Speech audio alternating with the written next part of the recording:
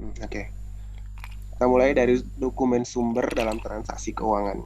Ya. Seperti yang saya sebelumnya sudah ceritakan bahwa akuntan itu sewaktu mau mencatat ya ke dalam sistem, entah itu elektronik sistemnya atau sistem manual pakai pencatatan biasa, ya harus mencatat berdasarkan dokumen sumber ya atau bukti ya.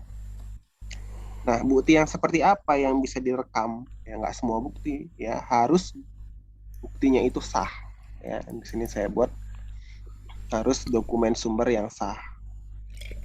Apa ada dokumen sumber yang nggak sah? Bisa saja ya.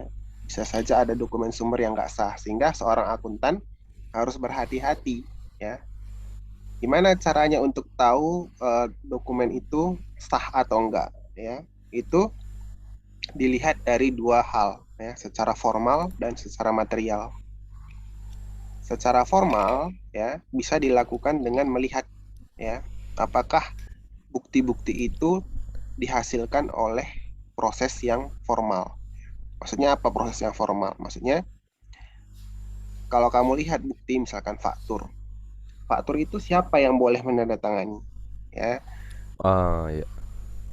Nah, jadi faktur itu biasanya nggak cuma satu orang yang menandatangani di situ. Jadi ada yang melakukan transaksi, ada bagian akuntansi. Nah, di situ dua-duanya harus melakukan penandatanganan, baru kemudian bisa direkam. Ya. Jadi ada di akuntansi ada namanya prinsip segregation of duty atau pemisahan kewenangan. Contohnya gini, ada orang yang menerima barang ya. Kalau kita beli barang, misalkan kita Indomart ya, misalkan Indomart kalau kamu perhatikan barangnya itu yang menerima siapa? Eh, apa ya? Apa ya? Apa tuh? Ada petugasnya kan Ya. di Indomart itu. Biasanya pernah kamu perhatikan apakah orang yang memasukin barang itu juga yang merekam ke dalam komputernya? Enggak. Enggak ya. Kenapa? Karena antara yang menerima barang bisa saja bersekongkol dengan orang yang eh, memasukkan ya. Kalau satu orang yang memasukkan ya suka-sukanya misalkan barang diterima cuma 100 dilaporkan 200 ya yang direkam ke sistem 200 ya. Itu sehingga harus ada pemisahan kewenangan ya supaya ada pengendalian ya di dalam akuntansi itu juga nanti belajar pengendalian internal itu keabsahan secara formal ya. Jadi dilihat di dokumennya itu ini benar nggak dokumennya ini memang dokumen yang dihasilkan atas prosedur yang benar kayak gitu. Kemudian keabsahan secara material itu perhitungan matematisnya benar nggak ya. Jadi kalau misalkan ada 10 barang yang diterima, satu barang misalkan ada masing-masing nilai harga satuan, nah kalau dikalikan benar nggak hasil kalinya segitu, hasil penjumlahannya benar nggak ya. Nah, setelah dipastikan absah, barulah dokumen itu kita rekam ke dalam sistem. Oh, Kak. Ya, Dokumen APSA itu berarti ada dua dua tahap ya. Pertama formal dulu baru material. ya, ada unsurnya ada dua ya. Dia itu benar secara formal atau benar secara material. Hmm. Ya. Nah, kenapa itu penting? Ya, kenapa itu penting? Karena pada akhir hari, pada akhir tahun nanti, itu kan semua transaksi-transaksi itu kan akan diperiksa ya oleh auditor. Kalau ternyata transaksinya itu tidak sah, ya, misalkan tadi direkam 100, diterima misalkan 100 50. 100 tabung gas. Kemudian dicatat 120 ya. Nanti yang 20 itu akan dianulir sama auditor pada saat pemeriksaan laporan keuangan. Akhirnya apa? Akhirnya berdampak pada laporan keuangan perusahaan ya. Kemudian nanti kalau semakin banyak yang tidak sah, itu bisa dicurigai adanya kecurangan ya. Karena yang ini tadi yang misalkan kesalahan di material ya, salah perhitungan kan memang bisa aja kan orang namanya manusia salah ya waktu merekam transaksi. Tapi kalau kesalahan itu terlihat ada polanya, ya, ada indikasi kecurangan, nah berarti ada yang nggak benar di perusahaan itu, gitu. Jadi nanti auditor akan melakukan pengujian atas ada nggak transaksi itu sebenarnya, ya, itu namanya vouching, dan menguji kelengkapan, apakah semua transaksi sudah masuk ke dalam buku, ya. Jangan-jangan nanti misalkan gini, ya, ini yang kedua ini contohnya misalkan eh klien sebenarnya udah bayar, ya kan? Klien udah bayar, misalkan laundry lah misalkan yang paling gampang. Laundry itu kan dibayar pada saat kapan? Sebelum Di pas atau setelah kita setelah. telah kan? Nah, ada karyawan yang sebenarnya udah dibayar itunya, udah dibayar uang laundrynya, tapi Iya. sama orang ini karyawannya itu tadi nggak dimasukkan ke dalam sistem bahwa eh, kerjaan itu sudah dibayar, ya akhirnya tidak lengkap, ya tidak lengkap. Itu contohnya yang kedua ini. Oke, nah sekarang kita lihat apa aja sih sebenarnya jenis-jenis dokumen atau sumber bukti, ya. Jenisnya ada dua. Ya, ini ada juga di yang kamu kirim itu ada di situ. Nah, ada bukti internal, bukti pencatatan internal sama bukti pencatatan eksternal. Ya, kita bahas dulu yang eksternal. Ya, kalau eksternal berarti bukti itu ada hubungannya dengan orang luar perusahaan. Ya, orang luar perusahaan misalkan dia vendor, supplier, bank atau pemerintah, misalkan kalau dia bayar pajak, ya kan? Iya, iya, iya. Nah, apa aja contoh bukti-bukti itu? Ada nota. Ya, nanti habis ini kita pelajarin satu persatu secara detail. Apa itu nota?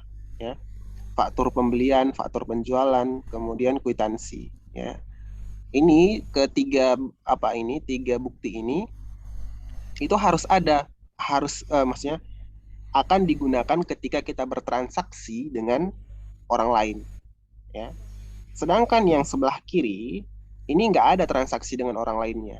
Ya, ini hanya pengakuan di dalam perusahaan. Ya, misalkan gini, ada barang di gudang, barang itu mau dipindahkan ke display. Ya, jadi kalau misalkan Indomaret, itu kan di belakang Indomaret itu ada ini kan, ada tempat dia nyimpan barang yang belum dikeluarkan kan. Iya.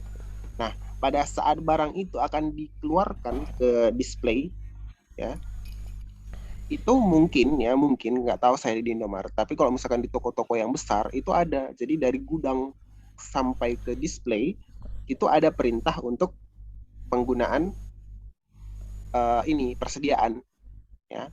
Jadi contohnya penggunaan bahan baku, pemakaian perlengkapan, ya. Kalau misalkan kita di kantor, ya di suatu kantor yang besar misalkan kan, kertas Iya. fotokopian itu kan kalau di sekolah aja misalkan, fotokopian itu kan disimpan di tata usaha, ya kan?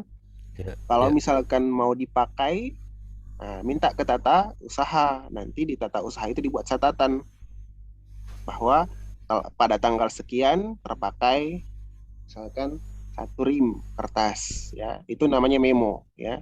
Memo itu transaksinya di Catatan. dalam, ya di Hah? dalam perusahaan. Iya, iya. Ya, jadi kamu bisa bedakan kan antara bukti-bukti internal sama bukti-bukti eksternal, gitu. Ah, gimana Kak? Kalau internal eksternal gimana? Kalau buktinya internal itu digunakan untuk transaksi di dalam perusahaan, nggak ada pasangannya di luar. Ya, kalau misalkan perlengkapan tadi yang memakai perlengkapan itu siapa? Yang pakai perlengkapan eksternal. Eh, Eh, karyawan, ya kan? iya karyawan. Yang punya yang punya kertas siapa? Perusahaan. Perusahaan. Jadi transaksinya di dalam perusahaan itu. Kalau Oh, dia maksudnya internal. internal, Ya. iya. Kayak misalkan bahan baku kan, bahan baku itu yang nyimpan siapa? Bahan baku yang nyimpan kayak petugas gitu. Orang gudang kan, Ya. orang gudang. Yang pakai orang produksi kan. Iya. Kalau misalkan mau buat manufaktur. Nah, itu dari orang gudang ke orang produksi itu masih di dalam satu perusahaan yang sama kan?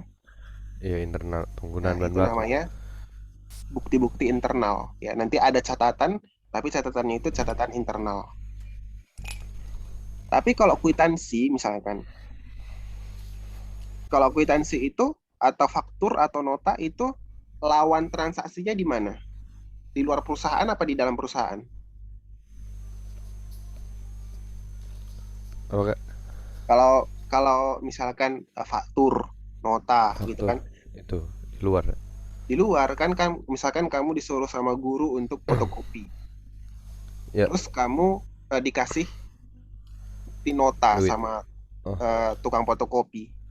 Itu antara tukang fotokopi dengan kamu kan, iya. ya kan? Untuk antara tukang fotokopi dengan eksternalnya. Eksternalnya siapa? Eksternalnya kamu sebagai customer gitu. Ya. Jadi udah bisa belum bedain antara bukti pencatatan internal sama bukti pencatatan eksternal. Hmm, ya, ya, Kalau ya Kak. secara bisa nggak kamu bahasakan kira-kira gimana? Apa ya? Kalau yang eksternal, Mm, eh, apa ya? Kayak beli pulsa Kak di counter Kak. mm-mm. Kan dicatat tuh nota nantinya. Ya Ya, nggak sih? saya nggak tahu, nggak pernah beli pulsa di counter sebenarnya. Oh, Coba, yang misalkan apa yang apa ya? kamu pernah beli yang ada notanya? Apa? Pernah nggak disuruh beli misalkan ke warung ini, ke restoran atau ke warung Ya, makan ya. sama guru kan? Eh, Eh, ya kayak nyatet-nyatet gitu ya. ada kan catatannya kan? Ya, Nah, catatannya itu antara siapa ke siapa? kasir dan kita. Ya, kasir dan kamu sebagai customer kan? Kamu kan bukan bukan pegawai itu kan? Bukan pegawai Bukan. restoran itu kan? Ya, itu eksternal namanya ya. Jadi bukti yang dikasih itu adalah bukti eksternal, bukti pencatatan eksternal. Nah, kalau misalkan di restoran itu ada ini misalkan ada bagian ini bagian apa namanya, bahan bakunya ya kan, ada Ya, ada bagian bahan baku, ada bagian tukang masak ya kan. Pada pagi hari si tukang masak minta bahan baku ke tukang bahan baku kan, pasar. ke gudang kan. Ya, ya. Nah, orang gudang dan orang ini, orang gudang dan orang tukang masak itu masih satu perusahaan yang sama atau udah berbeda perusahaan? Masih internal. Masih Petugas internal gudang. ya.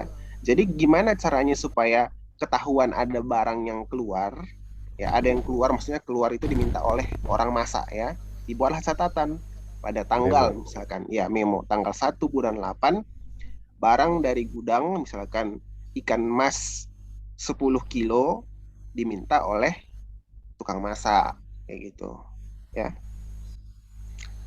Oke, kita lanjut. Nah, sekarang kita perhatikan ini yang kamu lihat di layar ini kwitansi ya. Jadi sebagai anak akuntansi, ya, anak IPS ya itu harus tahu kwitansi itu bentuknya gimana ya. Di dalam kwitansi itu apa? Kwitansi itu digunakan untuk apa biasanya kwitansi? Untuk catatan pembayaran. Nah, catatan pembayaran. Bukti ya. Eh,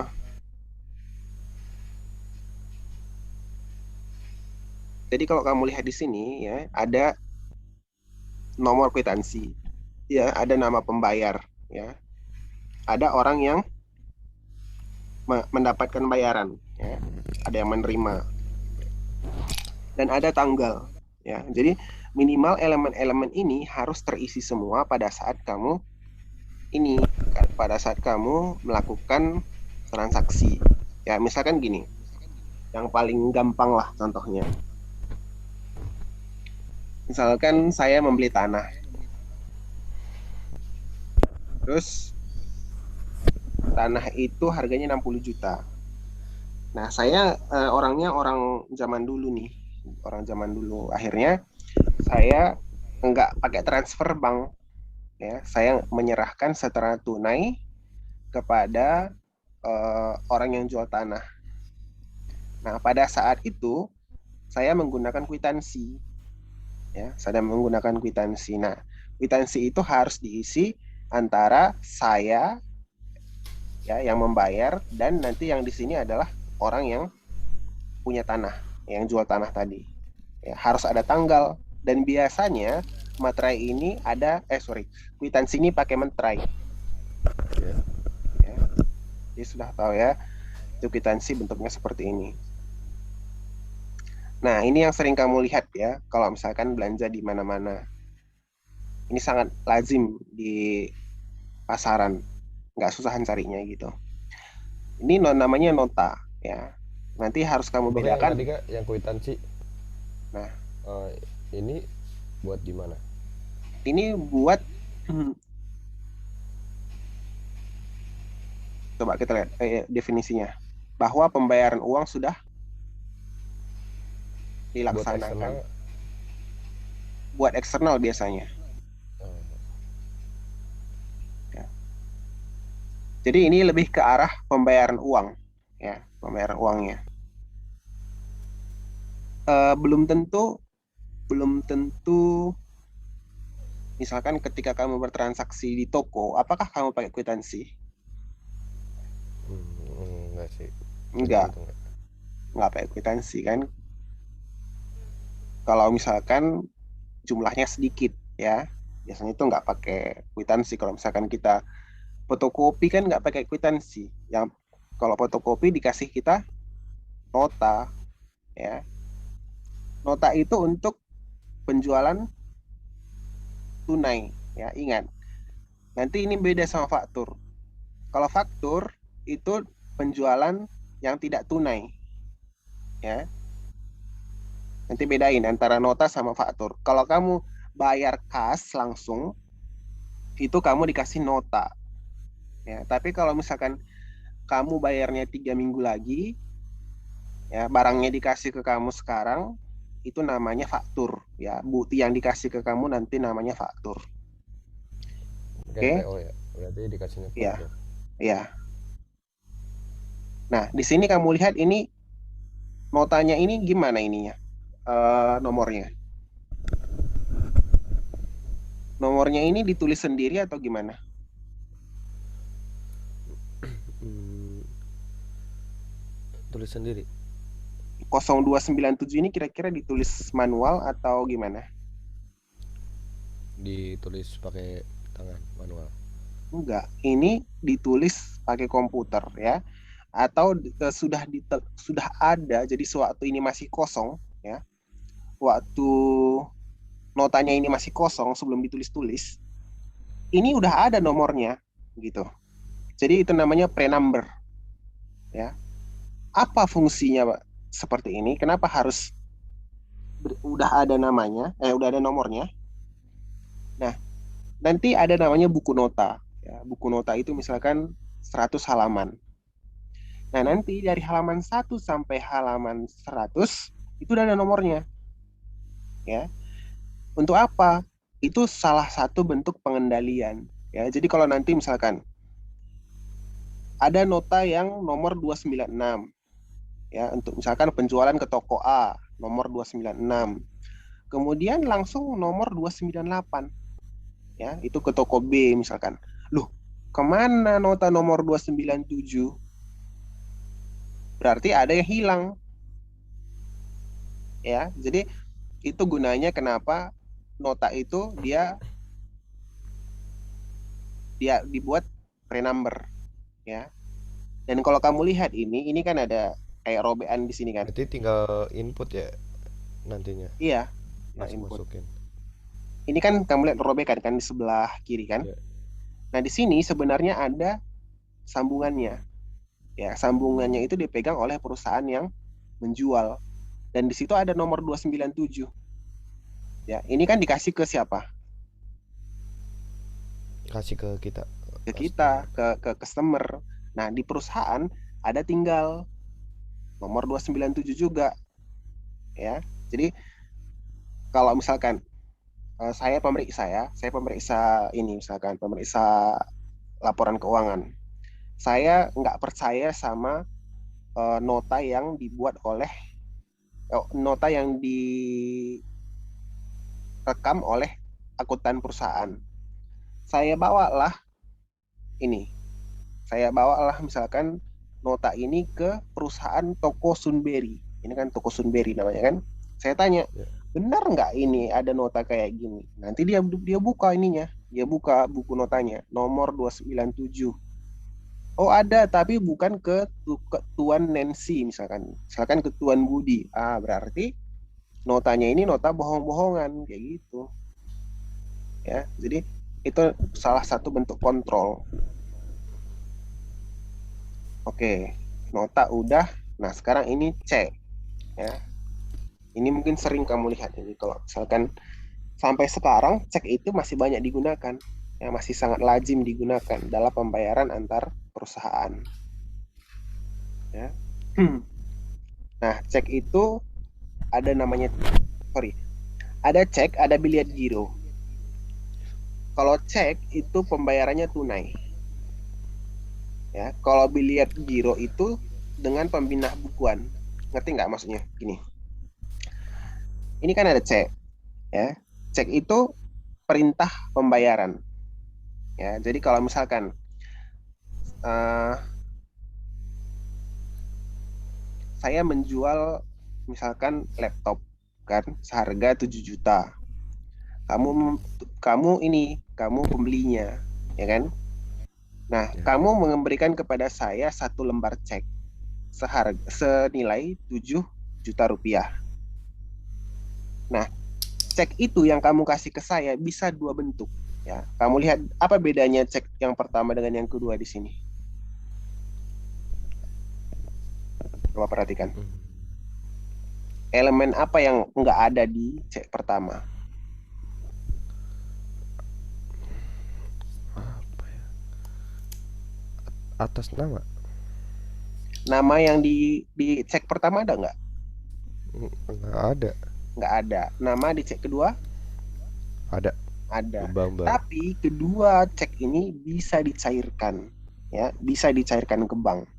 Nah, cek yang di atas ini namanya cek atas unjuk. Ya, cek atas unjuk itu siapapun yang membawa cek ini ke bank BCA yang atas ini, dia akan berhak untuk mendapatkan 2.700.000.000 rupiah. Nggak peduli dia siapapun, entah itu orangnya memang sah memegang apa itu, megang cek itu, atau dia dapat tiba-tiba misalkan tercecer di tepi jalan, selama dia punya cek ini dibawa ke bank BCA, cair 2.700.000.000 rupiah. Hmm.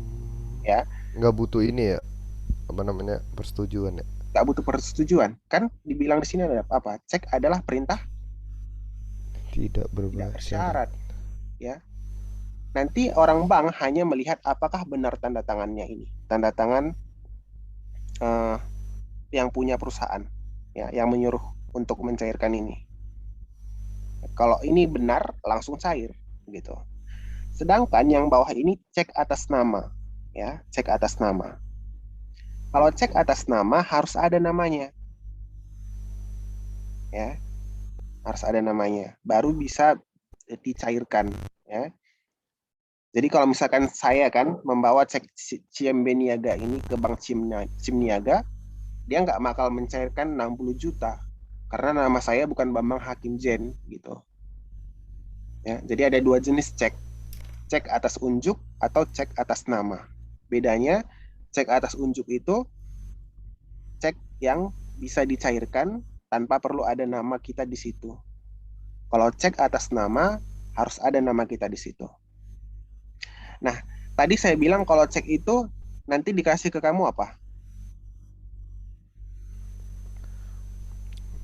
Ah, tunai. Tunai, kas kan. Nah, ada yang namanya biliet giro. Ya, kalau biliet giro itu uangnya nggak dikasih ke kamu, tapi dipindah bukukan. Ya, dipindah bukukan artinya, misalkan saya punya bank BCA, saya punya rekening di BCA kan, nanti dari rekening si apa ini, si perusahaan ini langsung uangnya ditransfer ke rekening saya. Ya, jadi nggak dicairkan pakai rupiah dulu, tapi langsung bank ke bank. Ya, antar rekening ke rekening. Ya, paham nggak sampai sini? Kalau yang rekening ke rekening yang atas ya, yang unjuk atas unjuk. Bukan, bukan. Ini namanya Eh, yang biliet giro, ya. ya, biliet giro. Ini soal yang tadi itu cek ya, cek atas nama atau cek atas unjuk. Tapi yang Berarti dokumennya ini belum seperti bukan ini, belum ya, gini, ini belum eh, biliat giro. bukan biliet giro ini. Tapi mirip, ya, formnya mirip dan fungsinya juga sama untuk membayarkan. Tapi kalau biliet giro itu dia nggak tunai, dia itu pemindah bukuan, ya, dari antara rekening ke rekening.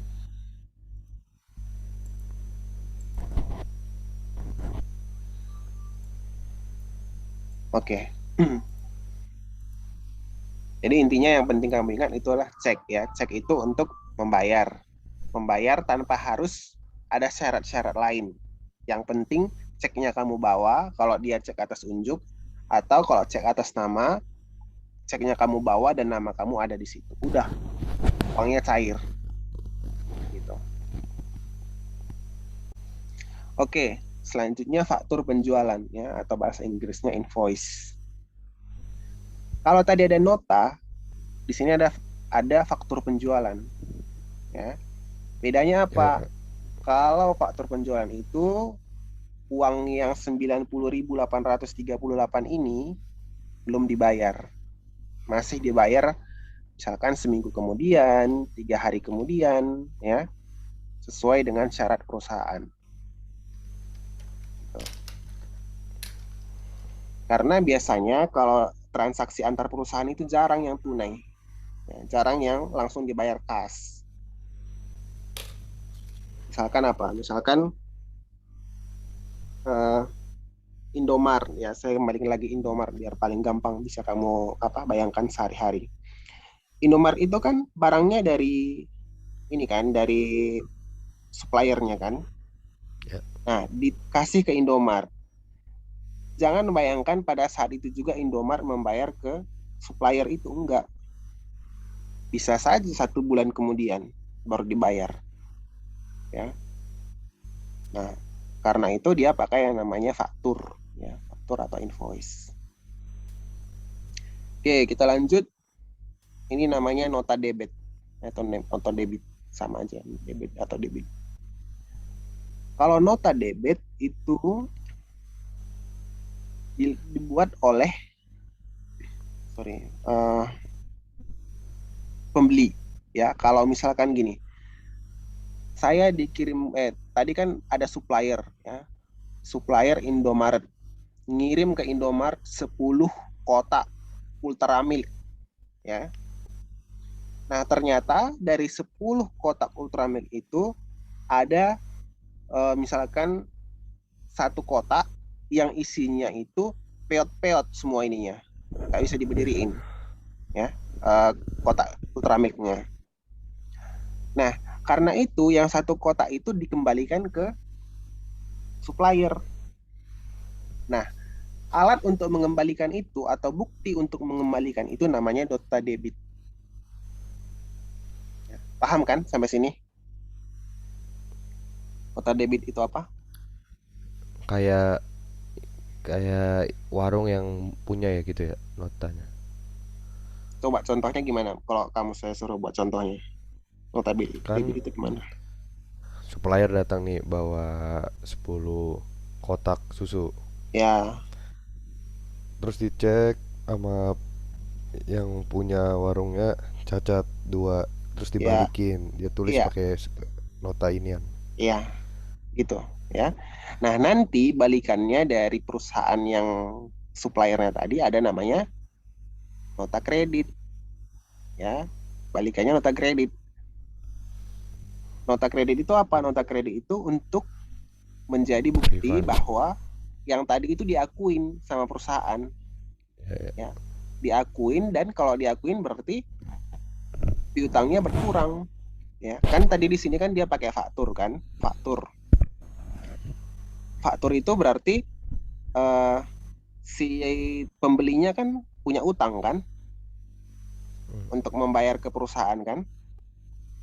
Nah, Ya, karena si pembelinya tadi memulangkan dua, berarti yang harus dibayar sama pembelinya setengah dua berkurang, gimana? ya kan? Berkurang kan. Nah, jadi untuk mengakui pengurangan utangnya si pembeli tadi, dikeluarkanlah nota kredit gitu. Oke, itu semua dokumen sumber. Ada yang mau kamu tanya nggak yang dari semua dokumen sumber ini?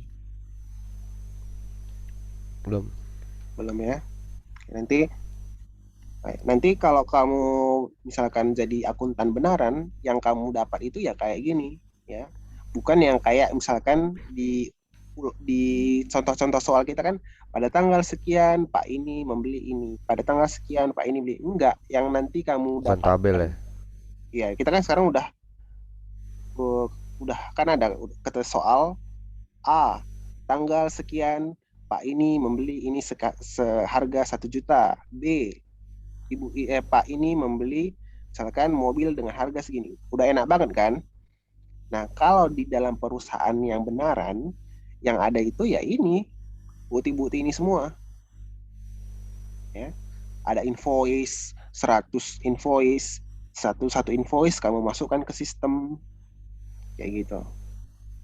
Ada nota debit 100, ya 100-nya lah kamu rekam ke sistem. Itu. Oke, sekarang kita masuk ke pertanyaan kamu yang tadi. Ya, yang belum belum sampai ke situ. Kita bahas ini loh, akun-akun. Biar jelas, soalnya kamu kemarin kan nanya yang akun-akun itu kan. Nah, akun-akun dalam transaksi keuangan. Ya, akun-akun dalam transaksi keuangan. Kemarin kan kita sudah belajar persamaan dasar akuntansi. Bahwa aset sama dengan kewajiban tambah ekuitas. Ya, itu bahasa matematisnya. Tapi kalau bahasa akuntansinya itu adalah aset yang kita miliki itu berasal bisa dari dua sumber, ya entah itu dari kantong orang lain atau utang atau dari kantong kita sendiri, ya. Yang dari kantong orang lain itu namanya Kewajiban. kewajiban, yang dari kantong Oh kita ya. sendiri namanya ekuitas, ya. Jadi persamaan ini ada artinya, bukan persamaan matematis kayak misalkan apa, nah, sama dengan MC kuadrat gitu kan, itu bisa dibolak-balik, ya. Tapi kalau ini nggak bisa kamu buat jadi aset dikurang ekuitas sama dengan kewajiban gitu. Itu nggak ada ceritanya nanti kalau kayak gitu, ya. Yang ada ceritanya itu ya kayak gini, ya. Aset itu berasal dari kantong sendiri yang ekuitas atau dari kantong orang lain gitu. Oke, sekarang kita bahasakan secara bahasa Indonesia yang mudah dipahami. Aset itu apa? Ya, aset itu adalah sumber ekonomi yang diharapkan memberikan keuntungan di masa datang. Coba misalkan kita dengan definisi ini, misalkan kamu punya persediaan. Dari persediaan itu kira-kira keuntungan apa yang akan kamu terima di masa datang?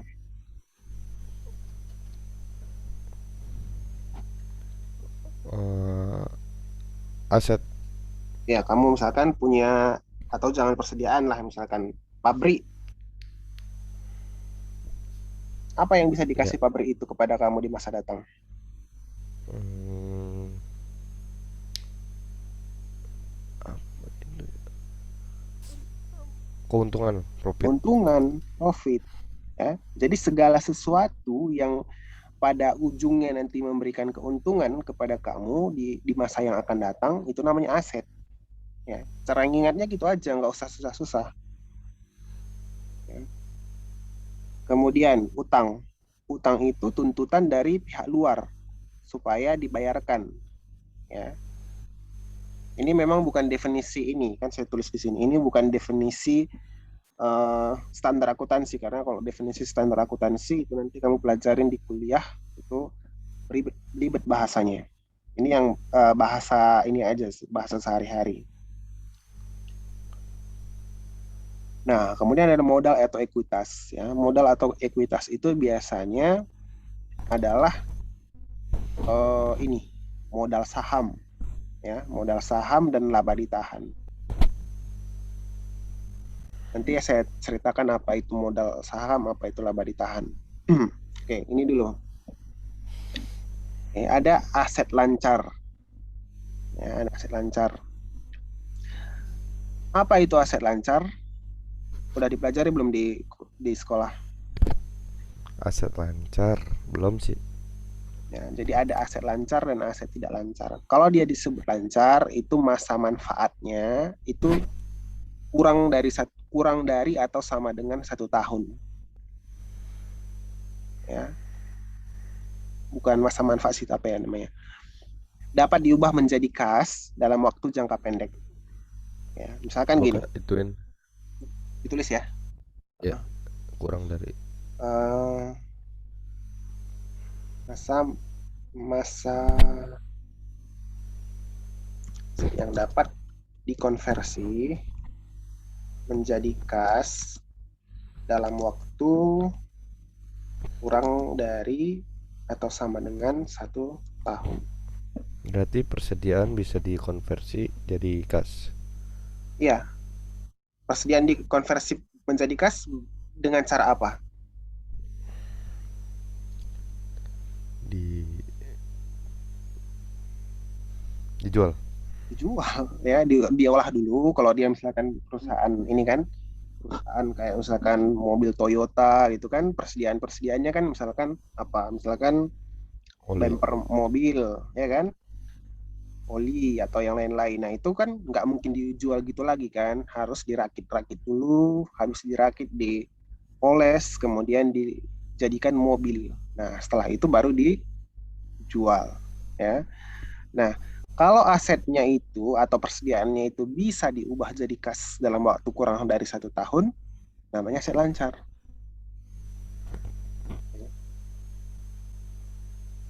Jadi contoh-contoh dari aset lancar apa aja? Ada kas, ada setara kas, ya. Setara kas apa contohnya? Setara kas itu misalkan eh, kalau zaman dulu itu ada perangko, ya, perangko atau metrai, ya, itu namanya setara kas. Jadi jangan kamu misalkan mikir, oh metrai itu kan cuma berapa? 10.000, kan nggak material gitu kan? Ya Ya, 10.000 satu materai. Kalau di perusahaan sebesar perusahaan Toyota, transaksinya ada berapa banyak? Invoice-nya ada berapa banyak? Bisa invoice-nya 1 bulan sampai 1.000. 1.000 dikali 10.000 udah berapa? Udah 10 juta kan? Nah, ya. terus setara kasnya 10 juta, ada hanya dalam bentuk materai. Ya, gitu. Dan piutang. Ya, piutang itu ada beberapa jenis. Ada piutang wesel, ada piutang usaha, ada piutang karyawan. Piutang karyawan contohnya apa kira-kira? Atau piutang dulu deh. Piutang itu apa? Nah, kita kreditin seseorang. Coba buat contoh yang konkret, yang benar. Yang ini, Hmm, yang nyata-nyata bisa dipikirkan. apa ya?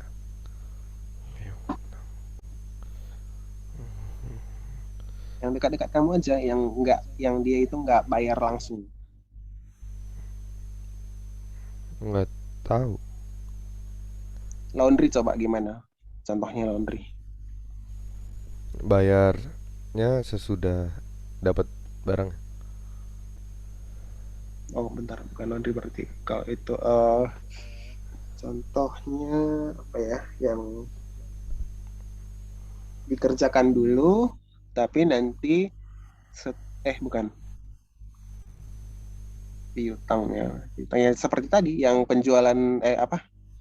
Yang Indomart tadi, ya. Jadi saya Invoice. katakan suppliernya Indogrosir ya, supaya kita gampang menyebutnya. Indogrosir itu nama supplier ya, Indomart itu nama perusahaan kita. Nah, Indogrosir menjual barangnya ke Indomaret. Si Indomaret nggak langsung bayar, 3 bulan lagi baru dibayar sama Indomaret. Nah, si Indogrosir akan mencatat sebagai piutang. Ya, jadi ada hak tagih, ada yang mau ditagihkan, gitu. Nah, perusahaan kira-kira kenapa dia punya hak tagih ke karyawan biasanya? Kan biasanya karyawan itu dapat apa dari perusahaan? Gaji, Gaji. Terus bonus. kalau dapat gaji, dapat bonus, kenapa jadi perusahaan yang menagih ke karyawan? Kira-kira. Perusahaan yang lagi karyawan. Yang ditagihkan perusahaan ke karyawan. Kenapa karyawan berutang ke perusahaan? Karena udah dikasih duit duluan. Ya, jadi kalau misalkan kan ada kan karyawan yang misalkan butuh uang cepat, ya kan? Dia misalkan anaknya sakit atau orang tuanya sakit, ya kan? Gajinya belum keluar, ya gajinya belum keluar. Akhirnya dia datang ke bagian keuangan, dia bilang, tolong kasih saya uang misalkan 1 juta, nanti pada saat gajian saya bayar kembali. Ya, jadi itu jadi piutang. Piutang apa? Piutang karyawan. Ya, itu namanya piutang karyawan. Kemudian piutang wesel. Ya, apa bedanya piutang wesel dengan piutang usaha? Ini sebenarnya dekat, tapi ada perbedaan sedikit ya. Jadi gini, kalau tadi waktu si Indomaret belum bayar ke Indogrosir, kan nggak ada dokumen lain kan, cuman faktur aja kan. Kalau dia ada Iya. dokumen lain, ya misalkan janji bahwa akan dibayarkan 3 bulan lagi, tapi janjinya ini tertulis loh, pakai meterai. Nah itu namanya piutangnya piutang wesel, Pakai janji. pakai janji, dan janjinya tertulis. Ya itu namanya piutang wesel. Dan biasanya ya ada beberapa piutang wesel itu berbunga. Ya kalau tadi kan Indomaret berutang ke Indogrosir misalkan 10 juta. Ya nanti kan dibalikin kan cuma 10 juta kan. Iya. Kalau piutang wesel biasanya ada bunganya, entah itu 1% atau berapa persen gitu. Jadi oke, kamu nggak apa-apa bayarnya 3 bulan lagi, tapi nanti nggak lagi 10 juta ya yang kamu bayar, tambah 1% gitu. Itu piutang wesel namanya. Persediaan kan kamu tahu kan, persediaan apa? Persediaan bisa berupa bahan baku, ya. Misalkan kira-kira kalau dia perusahaan pesawat terbang, kira-kira persediaannya apa? Eh, Bahan bakar. Bahan bakar. Terus Em, Perawatan. Oh ya. ya kalau mau perawatan apa yang harus dia disediakan? Contoh yang kecil-kecilnya aja. Supaya pesawat itu bisa jalan harus ada apa? Bahan bakar Ban yang kan. sama. Iya, ban-ban. Nah, ban itu persediaan juga itu. Ban, baru mur, ya. Baru misalkan apa lagi? Tapi tergantung, iya, iya ban itu persediaan sih. Apalagi ya misalkan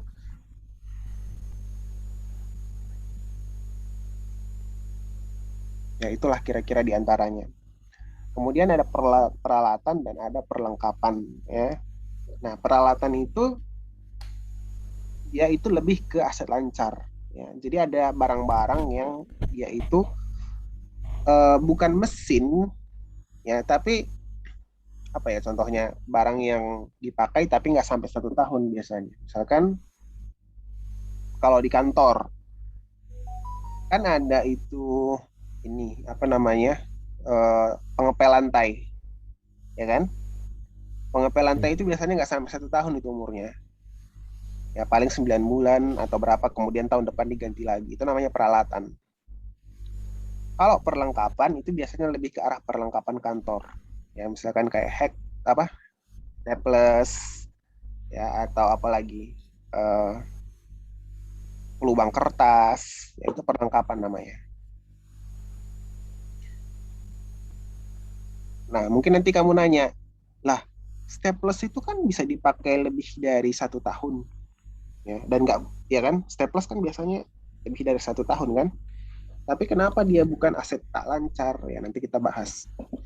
Kemudian ada sewa atau asuransi dibayar di muka, ya, ngerti nggak ini apa sewa atau asuransi dibayar di muka? Contohnya, Apa ya? kalau dibayar di muka artinya apa?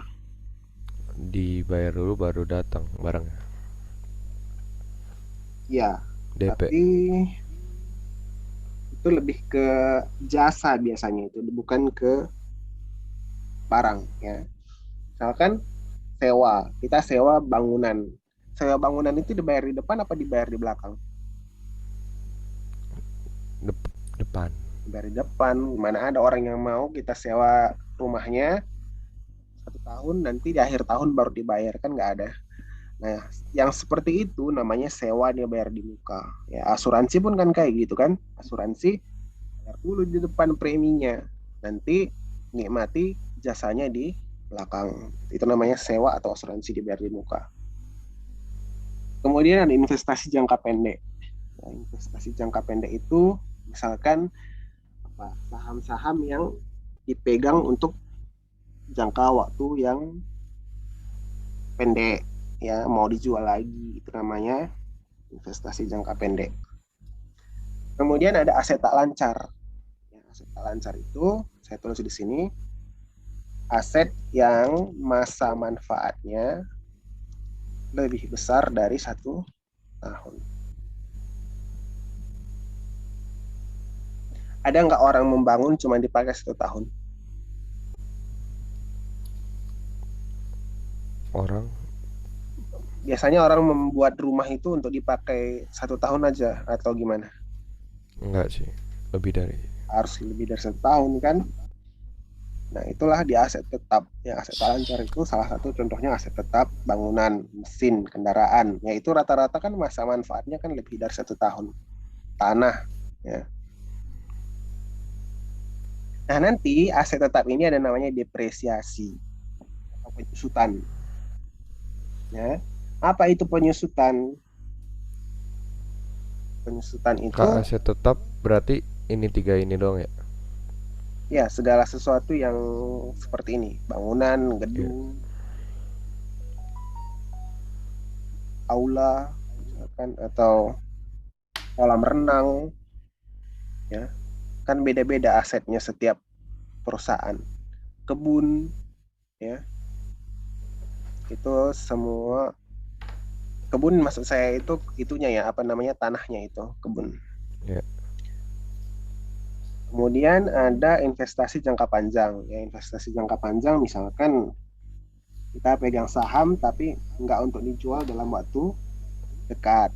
Ya, jualnya misalkan baru 2 tahun lagi gitu. Atau apa,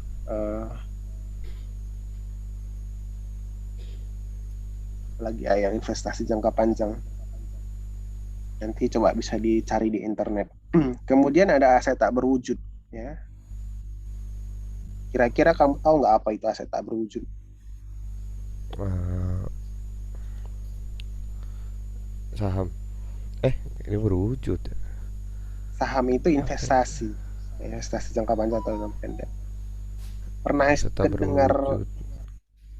paten nggak? Apa? Paten, Paten. ya, copyright, Oh iya, iya. ya. Masuk Kemudian ya. apa lagi? Eh, Franchise. Kamu tahu nggak franchise apa? Ya, tahu. Jadi kalau misalkan kita buka apa namanya, eh, McDonald, nggak bisa asal buka McDonald aja. Ada Ganti uang, ganti ya nama kan? nggak boleh ya? nggak boleh pakai nama itu. Kalau mau pakai nama itu harus bayar ke McDonald yang di Amerika misalkan. Nah, itu kalau ditanya mana bentuknya franchise, mana bentuknya itu apa paten itu atau franchise itu ya nggak ada bentuknya, tidak berwujud, ya kan? Cuman harus dibayar. Nah, kayak Indomart atau Alfamart kan nggak bisa asal buka aja kan? Walaupun kita bisa nyediain barang-barangnya semua, kan harus kita permisi ke apa pemilik Indomart yang pertama kan. Nanti kita bayar setahun berapa biaya untuk itunya franchise-nya itu. Oke. Jadi itu aset lancar dan aset tak lancar. Sampai di sini ada yang mau kamu tanya nggak? Kalau investasi jangka panjang apa tuh, Kak? Investasi Belum ada jangka tuh. panjang, contohnya ya, misalkan biasanya sih saham, saham atau kepemilikan pada perusahaan lain. Ya, misalkan gini, saya eh, punya PT, terus saya membeli PT lain, ya, tapi nggak 100% saya beli, misalkan 70%. Nah, itu kan nggak mungkin dijual dalam waktu cepat juga kan? Ya, jadi sekarang mungkin kamu masih belum familiar banget sama membeli dan menjual PT, tapi itu ada dan banyak. Ya, jadi misalkan apa yang paling gampang ya. Kemarin itu terakhir antara Tokopedia sama apa ya kemarin dia. Gojek, GoTo. Ah, sama ya GoTo kan. Nah, Iya. itu investasi jangka panjang. Kan bukan gratis-gratis kan. Ayo kita bersatu gitu kan enggak. Itu kan ada yang dibayar di situ. Kepemilikan. Itu namanya investasi jangka panjang. Iya. Oke. Nah, kemudian kita lanjut ke kewajiban ya. Nah, kewajiban lancar itu kewajiban yang harus dibayar dalam jangka waktu kurang dari atau sama dengan 1 tahun. Ya. Jadi kalau misalkan kamu punya utang, utang itu kapan harus dibayar? Harus dibayar misalkan 9 bulan lagi. Nah, berarti itu kewajiban lancar namanya. Tapi kalau misalkan dibayar 5 tahun lagi, itu adalah kewajiban tak lancar. Nah, di dalam satu utang itu bisa ada kewajiban lancar dan tidak lancarnya. Nanti bentar lagi saya ceritain bentar. Dalam jangka waktu besar sama dengan 1 tahun. Lebih besar dari 1 tahun. Misalkan gini, kamu kredit rumah 10 tahun. Nah, cicilan selama 1 tahun pertama itu masuk ke kewajiban lancar. Cicilan 9 bulan 9 tahun itu masuk ke kewajiban tak lancar. Oh, Ya, jadi utangnya satu tapi diklasifikasikan kedua. Nah, itu kenapa ada di sini bagian lancar utang bank, bagian lancar utang obligasi itu maksudnya bagian dari utang obligasi itu yang jatuh tempo di tahun ini. Ini adalah bagian yang jatuh tempo tahun depan dan tahun-tahun berikutnya. Yang utang gaji ya gaji karyawan, ya kan? Utang gaji, utang bonus. Kalau utang berarti apa? Udah dibayar atau belum? belum. Belum ya. Oke. Kemudian nah, utang usaha. Utang usaha itu adalah lawannya utang usaha. Modal. Utang usaha. Ya. Jadi bagi perusahaan yang menjual ke kita itu namanya piutang. Bagi perusahaan yang membeli itu namanya Utang. utang usaha, ya. Ingat itu. Jadi kalau misalkan saya menjual 10 setel pakaian, ya saya perusahaannya. Berarti saya harus menulis piutang. Tapi kalau kamu misalkan sebagai orang yang membeli, kamu mencatatnya bukan sebagai piutang, tapi kamu mencatatnya sebagai apa? Utang usaha. Sebagai pengusaha. Ya, jadi jangan terbalik. Yang menjual mencatat piutang, yang membeli mencatat utang. Ya, jadi di akuntansi itu sebenarnya selalu ada dua buku, buku penjual dan buku pembeli. Ya, kok kayak gini sih? Ntar, sorry. Kemudian ada ekuitas ya. Ekuitas itu tadi eh, terdiri dari modal saham, kemudian, ntar saya benerin dulu ini masih nggak pas ini.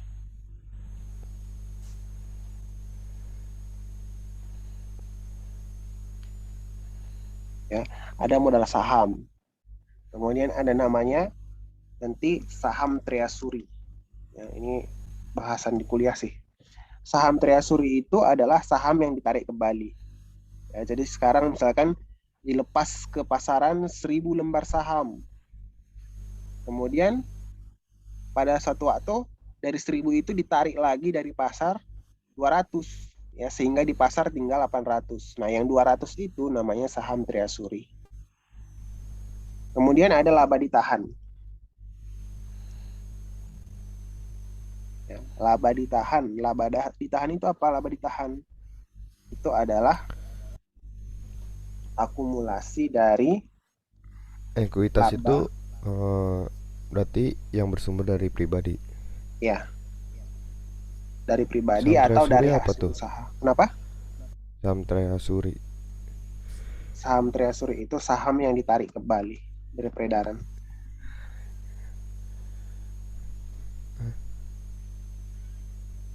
Ngerti nggak maksudnya? Tunggu sekali ini saya Yang saya saya ceritain yang satu sama dua. Bentar ya. eh, Maksudnya tahun yang lalu, kemudian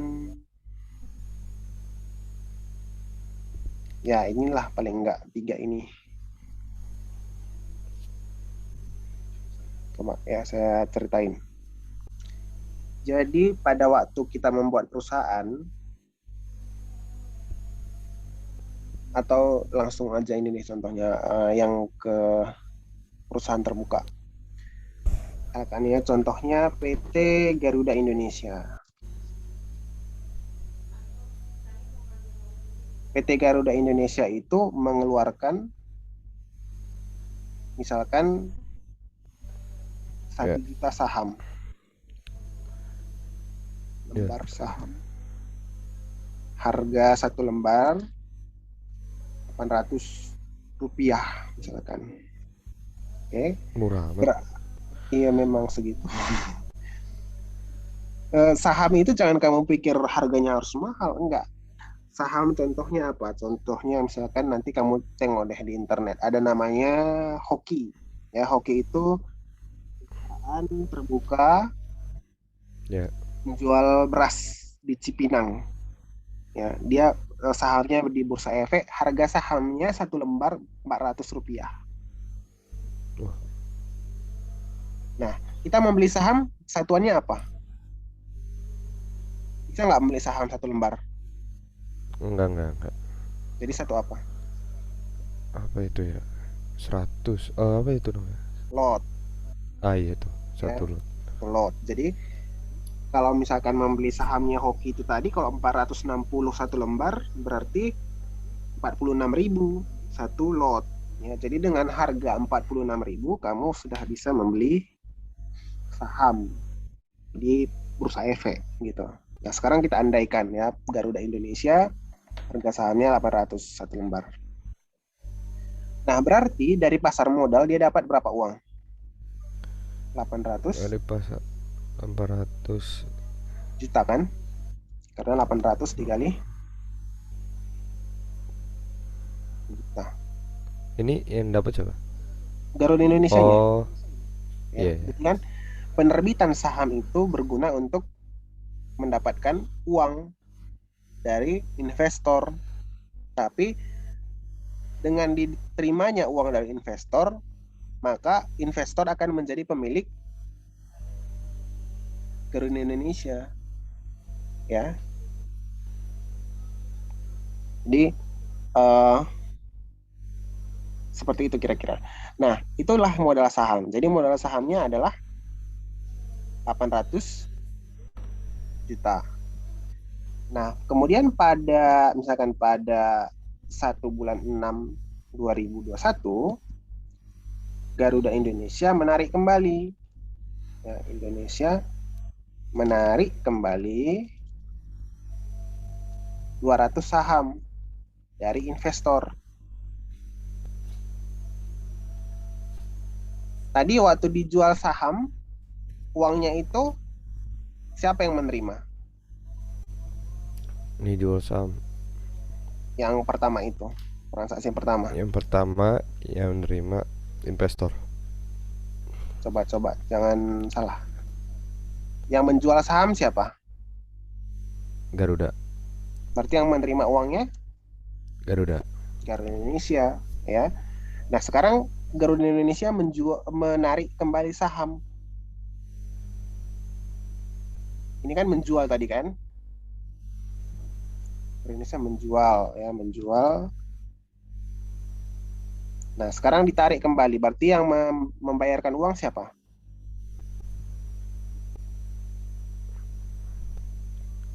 Garuda Indonesia menarik kembali 200 saham. Garuda ya? Garuda, ya. Jadi waktu Garuda menjual saham, Garuda mendapat uang. Saat Garuda menarik kembali saham atau menjual, gimana yang bilangnya? Kadang-kadang memang agak susah kalau menjual, tapi melepas kembali 200 saham. Menarik kembali saham. Saya buat deh ininya gambarnya biar jelas.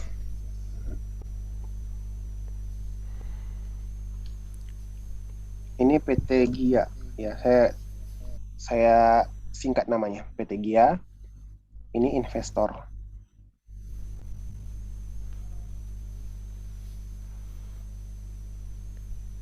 Nah, di satu ketika PT Gia menjual saham. Ya. Nah, balikannya apa ke PT Gia? Gianya dapat duit. Dapat duit, ya. Iya. Mudah-mudahan dengan ini lebih jelas. Dari sini ke sini dapat duit.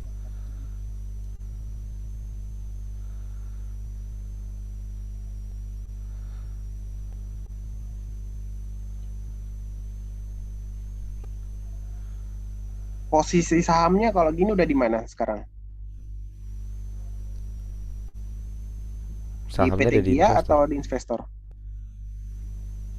Investor. Di investor. Nah, gimana caranya supaya saham itu bisa balik kembali ke PT Gia? Dibeli. Dibeli, ya. Nah, itu yang saya maksudkan tadi. Membeli, misalkan kembali akan 2.000 lembar saham, ya. Dia menerima nanti berapa, ya, tergantung harga saham saat itu, nanti menerima sekian rupiah.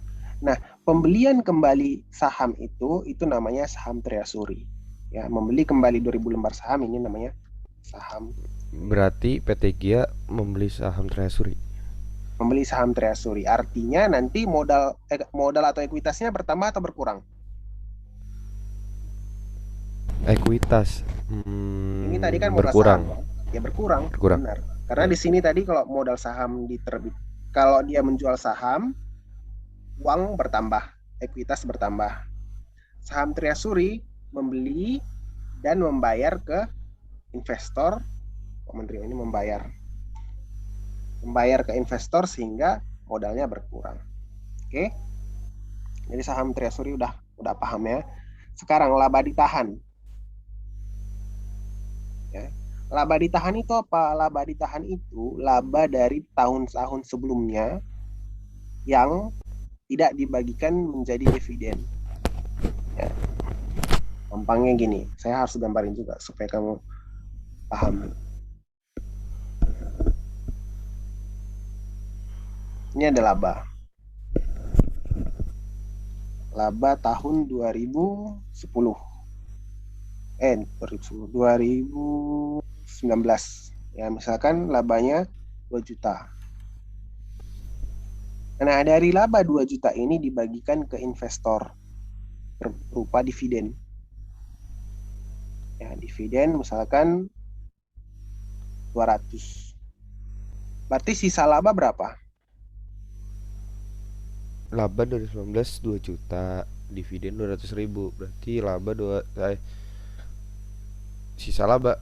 Hmm, Hmm, dividen tuh dibagi dua ya. Satu dibagi ke juta delapan investor ratus semuanya 200 satu 200 juta ya. delapan ratus 1.800.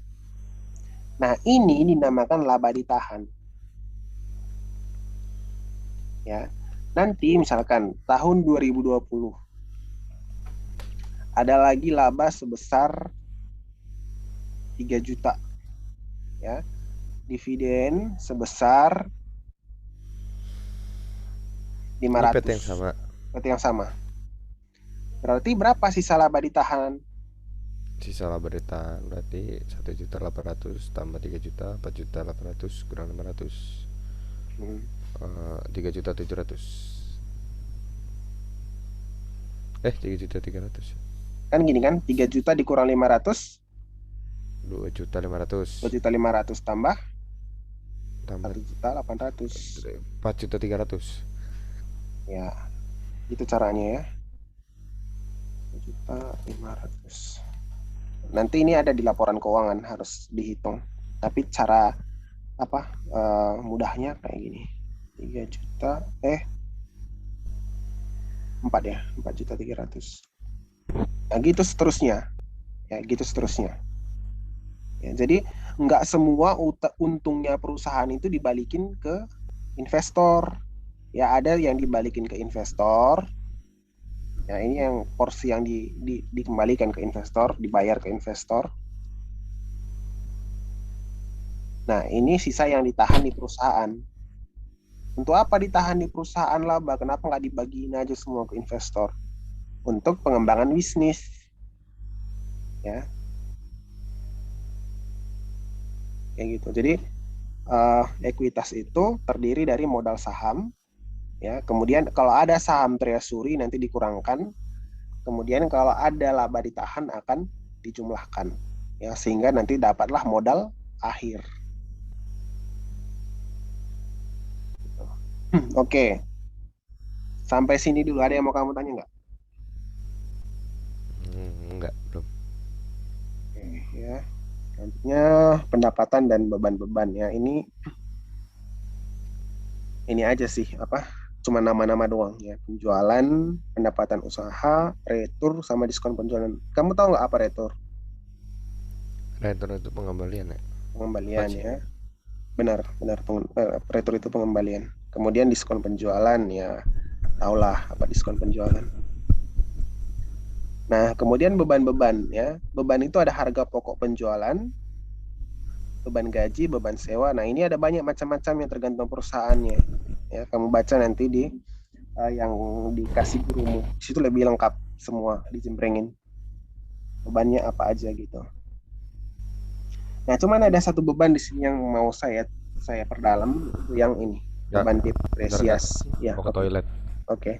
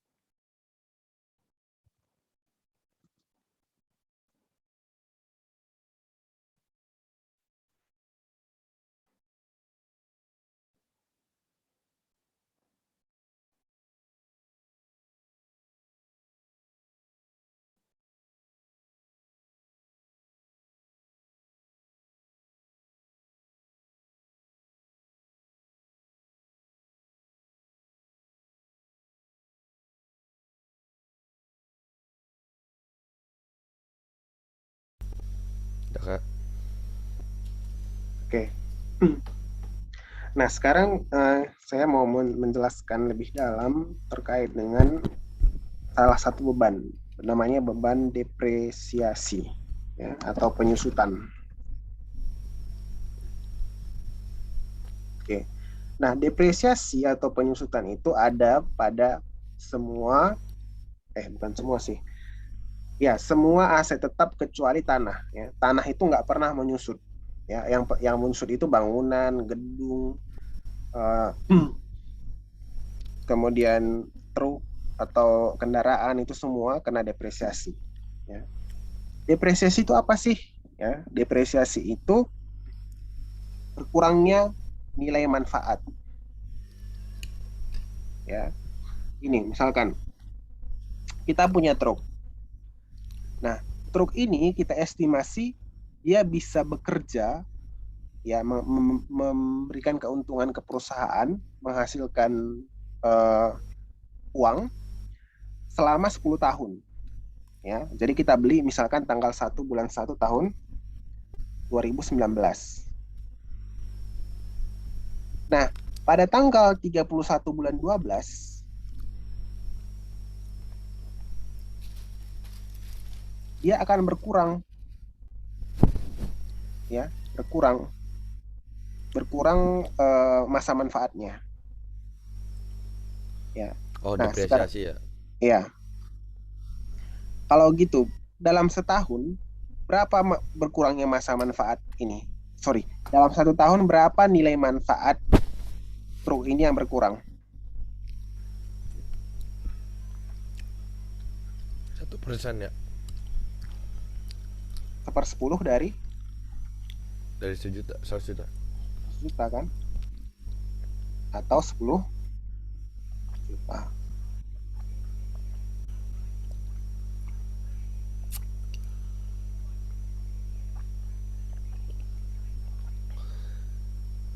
Nah, sehingga pada tanggal 31 bulan 12, nilai dari truk di laporan keuangan kita itu enggak lagi sebesar 100 juta.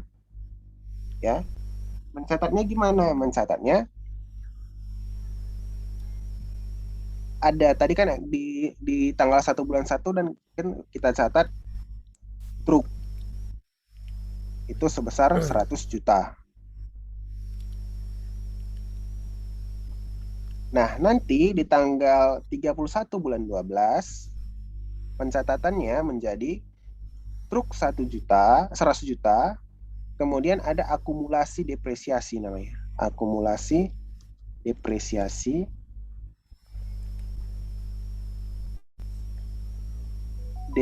depresiasi 10 juta. Ya, ini negatif, ya, sehingga truk kita nilai bukunya sebesar berapa jadinya tinggal?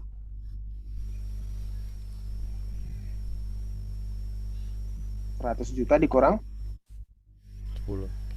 10 juta atau 90 juta. Ya, itu yang terjadi pada tahun 31 Desember 2019. Ya. Dan kita catat juga beban depresiasi sebesar 10 juta. Kakak, bentar, Ya. Kak, coba. Eh, kan itu akun-akun dalam transaksi keuangan kemarin itu ada catatan, bentar. Mana ya? Mana Tentang sih? apa? Ini nih, akun-akun ada harta, utang, modal, pendapatan, beban, sama prive. Itu masuk ke transaksi keuangan akun-akunnya. Iya, akun-akun di dalam transaksi keuangan itu. Oh, Prive, berarti prive bener ya. ya? Ada prive ya. Nah, Iya. ini bisa saya tambah di sini juga prive. Ya, Oh, ekuitas. ekuitas. Nah, apa itu prive? Ya, tadi kita udah belajar saham treasury. Saham treasury itu kalau dia bentuk usahanya itu PT, ya kan? Saham treasury, loh, ya ini prive. Prive itu adalah penarikan kembali modal kembali oleh pemilik modal. Ya, jadi prive itu mengurangi ekuitas atau mengurangi modal. Ya, contohnya, gimana contohnya? Contohnya, saya buka perusahaan, saya masukkan uang ke bank 100 juta sebagai modal perusahaan. Nah, kebetulan pada tanggal 1 Juni 2021, saya lagi butuh banget nih uang. Ya, jadi saya tariklah dari bank 2 juta. Ya, yang 2 juta itu namanya prive. Sampai sini paham nggak? Prive itu apa? Prive penarikan modal kembali. Tapi dia masuk ekuitas. Iya, masuk ekuitas karena dia mengurangi Oh. modal kan. Tadi udah dimasukkan 100 juta, kemudian karena dia butuh uang Oh, diambil lagi. kan ini penarikan kak. Berarti Hmm. kan kenapa masuk ekuitas? Oh iya, ekuitas itu apa sih? Ekuitas itu kan segala sesuatu yang Yang milik pribadi. milik pribadi. Oh iya, iya. Nah, pribadi dalam hal ini kamu harus bisa dua kaki ya. Artinya bisa melihatnya dengan dua cara. Pertama, kalau dia perusahaannya perusahaan perorangan, berarti individual. Tapi kalau dia PT, berarti pemilik adalah pemegang saham. Ya, jadi ekuitas di situ kalau dibilang ekuitas penarikan modal. Kalau prive itu oleh pemilik modal. Ya, prive itu hanya untuk perusahaan yang perorangan. Ya, akun prive hanya ada di perusahaan perorangan. Kalau di perusahaan Garuda Indonesia nggak ada prive. Di Garuda Perorangan itu Indonesia perorangan itu apa kemarin? firma. Nah, Eh, kemudian yang enggak, yang kayak yang Hotman Paris ya. Hotman Paris, kemudian yang buka toko kelontong, Warung, oh iya. itu kan yang punya sama Bisa dengan, narik lagi ya. ya bisa ngambil uangnya lagi kan balik. Nah, itu namanya prive.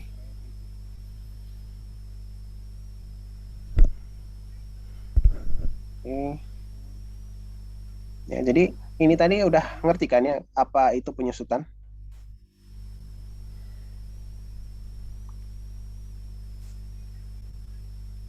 Kalau kamu ditanya kira-kira penyusutan itu apa?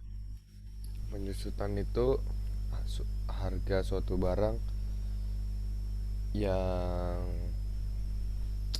apa ya, berkurang nilainya tiap Berkurang tiap nilainya tahun. setiap tahun, ya. Tapi kalau saya bilang itu bukan harga, ya, tapi nilai. Nilai Kalau namanya. harga itu waktu pertama kali Beli. beli, ya, gitu. Nah, nanti kira-kira tanggal 31 bulan 12 Oh 2000, kak, ya. berarti ini depresiasi penyusutan itu bukan harga, Bukan, ini kan pencatatan di buku. nilai manfaatnya. Ya, nilai manfaatnya. Kayak nilai manfaatnya maksudnya kayak kadang-kadang perlu di servis gitu. Nah, beda, beda ya. Jadi ini nggak ada hubungannya sama servis.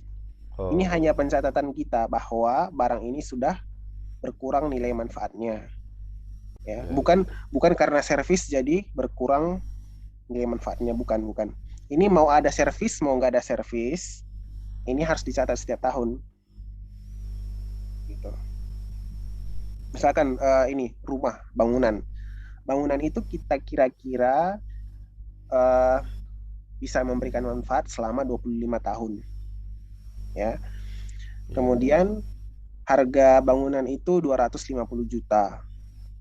Berarti setiap tahun secara otomatis kamu harus mengurangi nilai bangunan itu sebesar berapa? 250 bagi 25, 10 juta.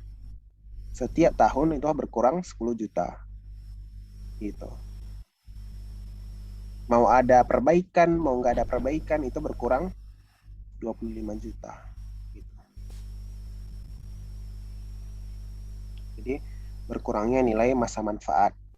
Jangan dihubungkan ke perbaikan atau biaya untuk penggantian, enggak. Ya, jadi ini beban depresiasi 10 juta ini enggak ada berarti kita nyimpan uang 10 juta, enggak.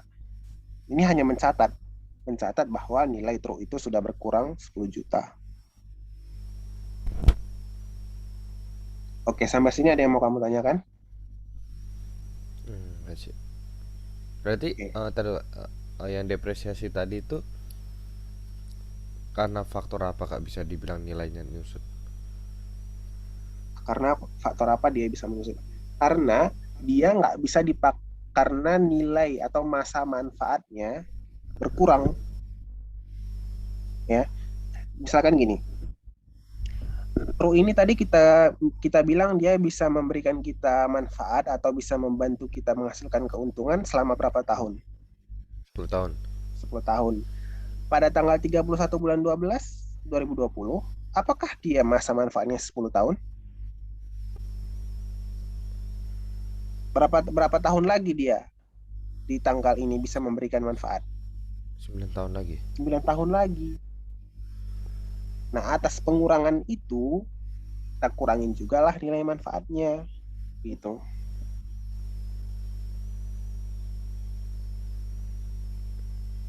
Ya memang ada juga faktor dari faktor dari keusangan atau faktor dari apa lagi, ya Harus segala macam lah. ditetapin ya kayak. Harus ditetapin.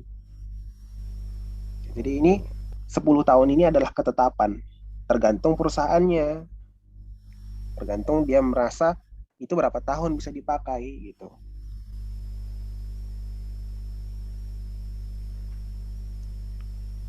Kenapa harus dibuat kayak gini? Karena kalau nggak seperti ini, ya misalkan gini, pendapatan kita 100 juta, ya 100 juta.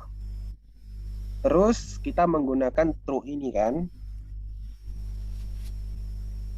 katakan nggak ada beban-beban yang lain. Oh, kalau gitu berarti kita untung berapa gitu? Kalau pendapatan kita 100 juta, nggak ada beban lain.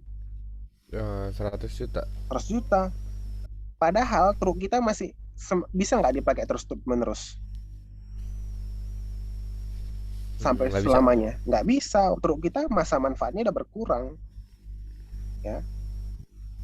Sehingga seharusnya adalah pendapatan kita adalah 100 juta dikurang 10 juta, 90 juta doang. Gitu. Apakah 10 jutanya ini dibayar? Enggak, 10 jutanya itu cuma dicatat, nggak dibayar kemana-mana. Orang dibayarnya udah pertama kok, tanggal 1 bulan 1 gitu.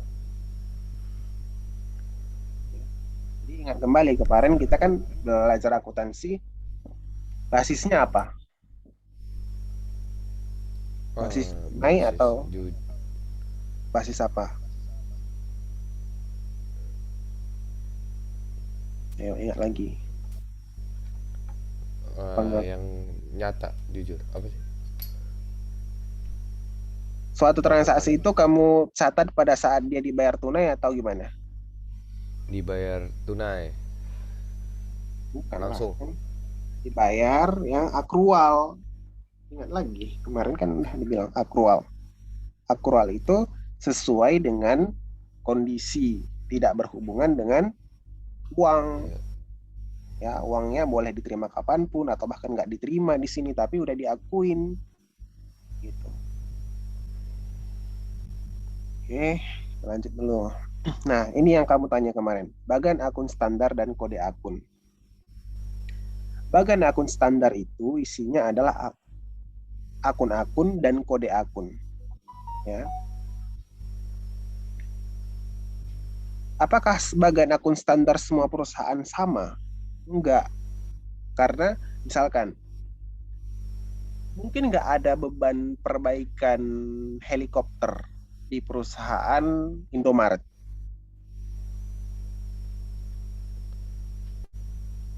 Mungkin nggak? Beban pemeliharaan helikopter, Beban enggak di dong. perusahaan Indomaretnya nggak mungkin, ya kan? Atau beban misalkan pemeliharaan kapal, di perusahaan kereta api Indonesia. Iya, enggak. Nggak Buang-buang. mungkin, ya. Sehingga bagan akun standar setiap perusahaan bergantung pada jenis usahanya dan bergantung pada perusahaannya. Nah, perusahaannya itu kira-kira butuhnya apa aja, beban apa aja yang ada di perusahaan itu. Kalau dia perusahaannya penerbangan, berarti ada beban misalkan asuransi pesawat, Beban bensin ya, bahan ya, bakar. beban bahan bakar misalkan, ya. Nah, gimana cara membuat bagan akun standar? Kita sesuaikan dengan persamaan akuntansi. Ya, jadi semua akun-akun yang di bawah aset itu kode awalnya satu, misalkan. Ya, tapi nggak harus kayak gitu, tapi umumnya gitu. Jadi misalkan bisa satu, bisa 100, tergantung dengan perusahaannya ya. Sekarang kita misalkan kita pakai kode 100 aja ya, supaya misalkan gampang. Ini hanya pengkodean, bukan ada artinya 100 itu 100 apa, enggak. Ini hanya pengkodean. 100, ini 200, ini Kak 300, coba Kak. Ya ya. ini 400, yang pendapatan 400, yang beban 500. Kode doang ya. Berarti Kode nanti doang. digabung-gabungin 100 200. Enggak, itu enggak ada digabung-gabungin. Nanti nanti saya ceritain kenapa harus gitu. Nah, Oh, ini kode ya. nanti nanti aset aset itu kan dibagi dua tadi kan. Mana tadi aset yang saya buat tadi itu yang 101 102 gitu. iya, jadi eh, ini coba misalkan saya copy dulu ya. Copy. Ya ya.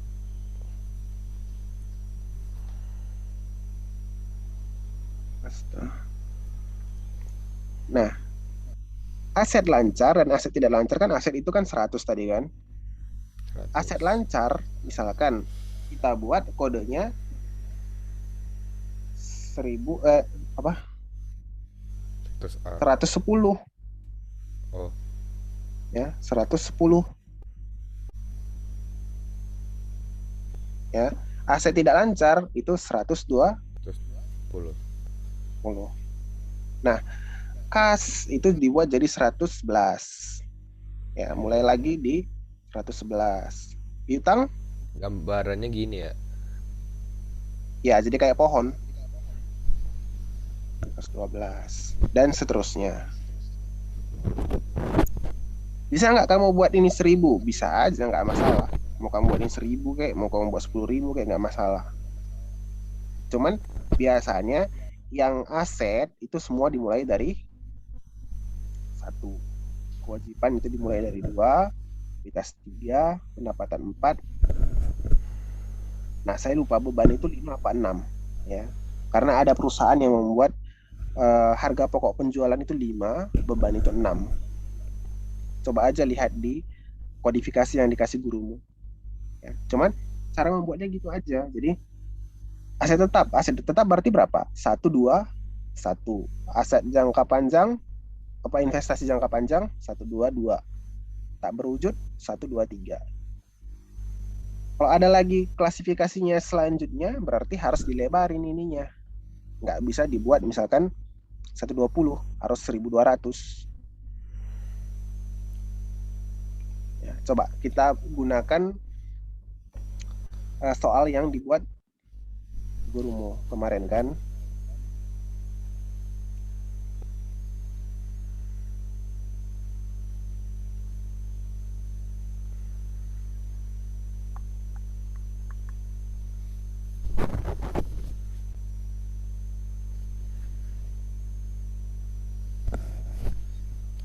Ya, coba kita kerjakan. Mana sih?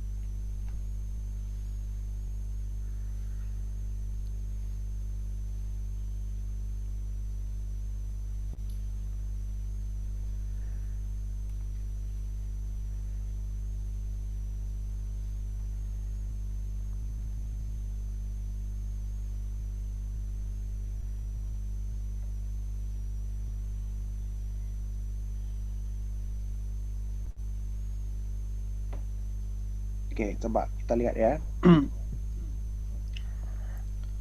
Ayo, ini yang aktiva itu dari mana sampai mana? Eh, aktiva. Aduh, Kita kerjain kolom cek. pertama dulu, kelompok. Oh, ini sesuai yang tadi kayak gitu ya, Iya, kelompok-kelompokan apa lagi? Piutang kayaknya aktiva lancar. itu nanti lancar atau tidak lancarnya nanti aja. Oh, Satu-satu dulu. Yang kelompok ini aja dulu. aduh, Aktiva sampai aktiva maksudnya. aktiva itu Oh, di aset. akunnya. Bentar.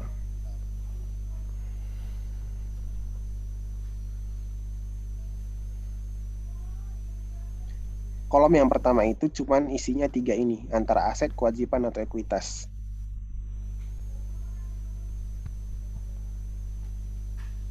Yang mana? Yang aset itu atau aktiva dari mana sampai mana?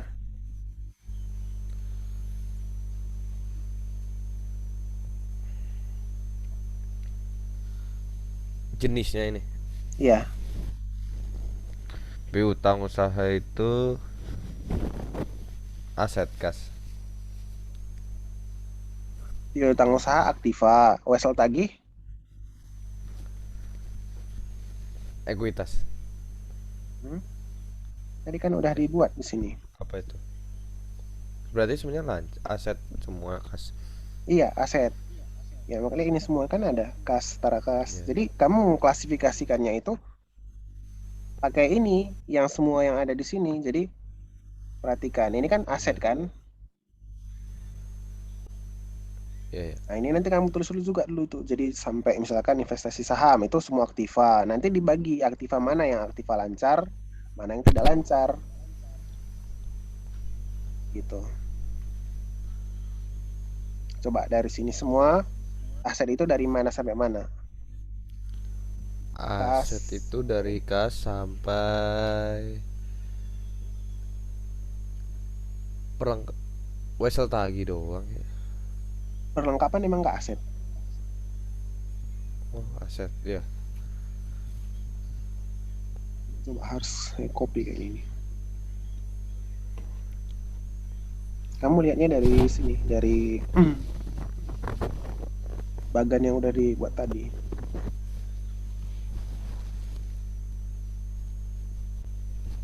Berarti jangka panjang masuk aset. Iya, mau jangka panjang atau jangka pendek kan sama-sama aset tadi. Coba lihat, yang aset itu dari mana sampai mana? Yang aset itu dari kas, piutang, wesel, perlengkapan bengkel, asuransi di muka, investasi saham, peralatan bengkel, akumulasi penyusutan bengkel juga ya. Iya, Goodwill. goodwill Goodwill itu sama kayak oh iya, setara sama berarti aset tak berwujud. berarti goodwill itu apa? Goodwill itu aset tak berwujud. Iya, sampai goodwill kak. Yang sampai goodwill. Kemudian utang dari mana sampai mana? Utang dari, aduh,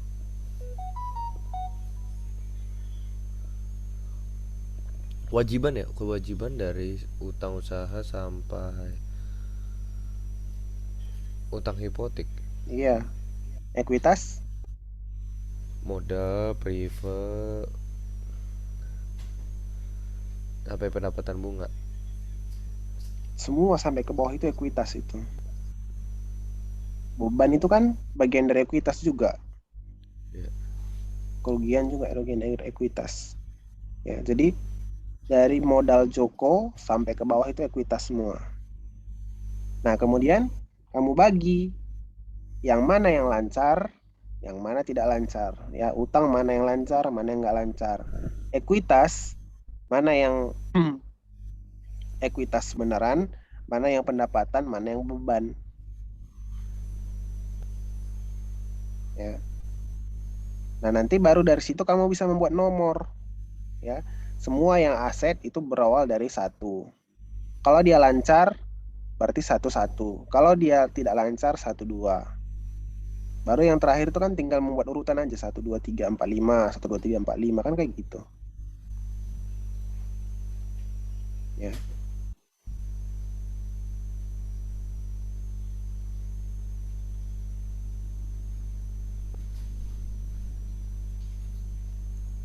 Kamu pakai apa? Pakai, tapi ini udah mau selesai juga sih. Coba nanti ya, coba nanti kamu kerjain dulu. Baru kasih ke saya ininya, hasilnya biar saya bisa lihat kamu bisa nggak membuatnya. Oh, Ininya.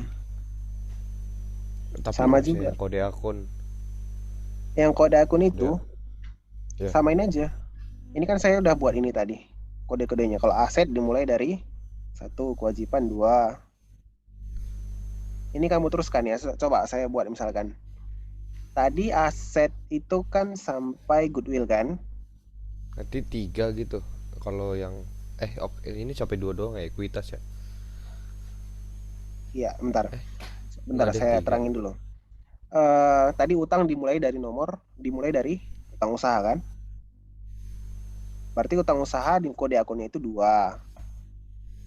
1 1 ya. 2 1 1. Ini untuk utang yang lancar. Ada nggak utang yang nggak lancar di sini? Nanti kamu baca ya, kamu baca di yang dikasih gurumu itu, utang hipotek itu kemungkinan besar itu tidak lancar. Ya. Jadi karena utang hipotek itu tidak lancar, indeks yang kedua kamu ganti 2. Gitu. Nah, kalau gitu utang pajak berapa? Utang pajak lancar kan? Utang pajak lancar. Berarti dia masih di golongan yang pertama tadi, cuman urutannya urutan ke 2.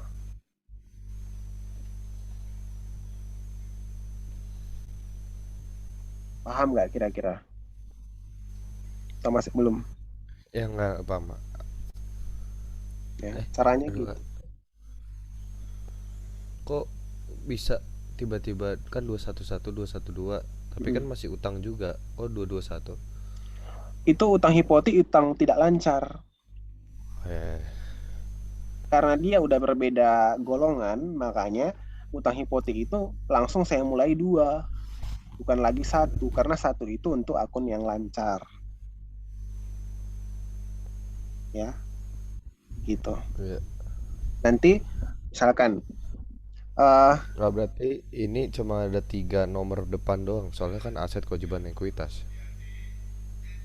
nah coba bentar ya saya lihat dulu dari klasifikasi Ya. yang dibuat gurumu karena kita harus ngikutin itu nanti kalau saya buat sendiri salah.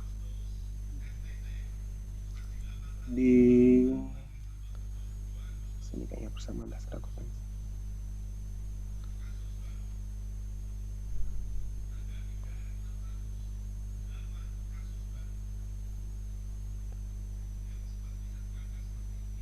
Berarti dia udah membedakan di sini. Coba ya saya share.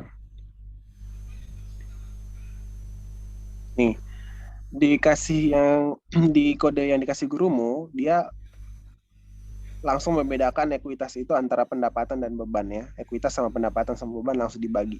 Jadi kamu mulainya kalau di ekuitas itu di 3. Tapi kalau pendapatan di 4, beban di 5. Gitu. Jadi angka depannya itu kamu pakai itu aja, 1 sampai 5. Gitu. Nah, coba misalkan yang tadi. Nah, berarti nanti kan di pendapatan jasa bengkel ini di depannya pasti angka berapa?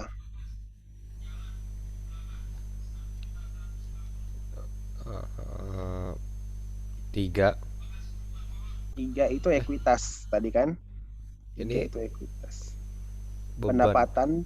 Pendapatan jasa bengkel itu depannya 4. Beban asuransi depannya 5. Gitu.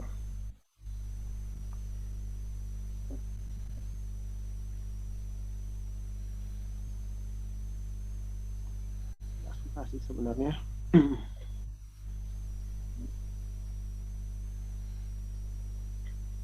Nanti coba-coba aja dulu. Ini soalnya bukan hitung-hitungan yang kayak mana. Ini cuman membuat urutan-urutan aja nya. Cuman dia harus sesuai dengan klasifikasi yang tadi. Ya, jangan sampai misalkan asetnya aset lancar, tapi kamu klasifikasikan jadi tidak lancar. Nah, itu salah.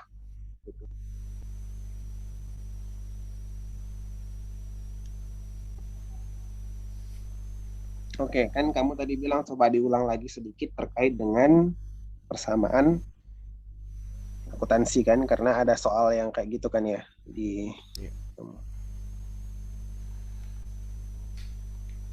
Mari kita buka kembali.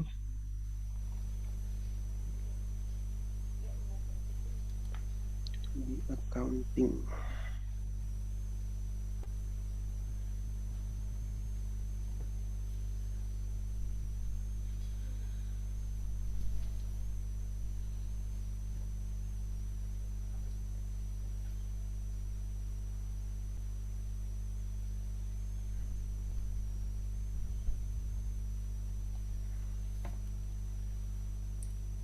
Nah, soal yang seperti itu udah kita bahas di pertemuan pertama. Ya, jadi kalau misalkan kamu nggak ingat, lihat lagi nanti di slide yang pertama.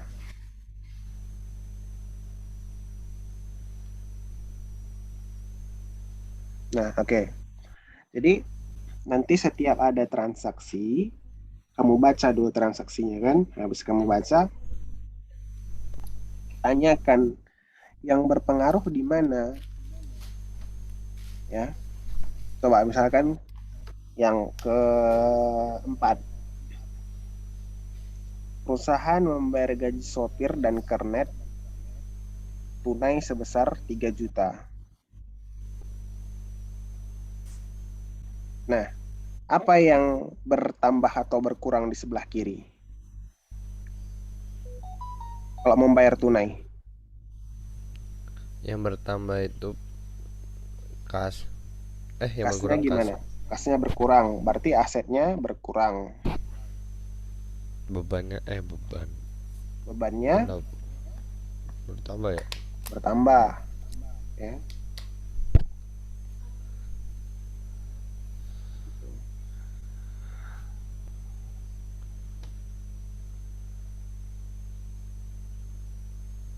Kalau misalkan yang nomor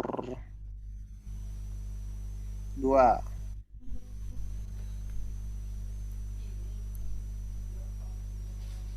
perusahaan memperoleh kredit dari bank sebesar 200 juta. Apa pengaruhnya di aset? Perusahaan membayar gaji sopir. Bukan yang nomor 2. Kredit bank berarti kewajiban nambah. Mm-hmm. Modal kas bertambah. Kas bertambah, kewajiban bertambah. Berarti yang kanan nggak diisi gitu ya? Ini kan udah kanan. Yang samping ini kan semua kanan ini. Dari kewajiban sampai ini semua kan kanan. Kan kewajiban sama ekuitas di sisi kanan.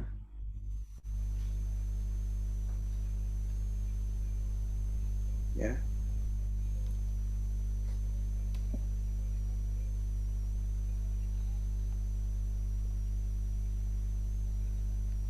Cara membacanya gitu aja sebenarnya, nggak susah ya.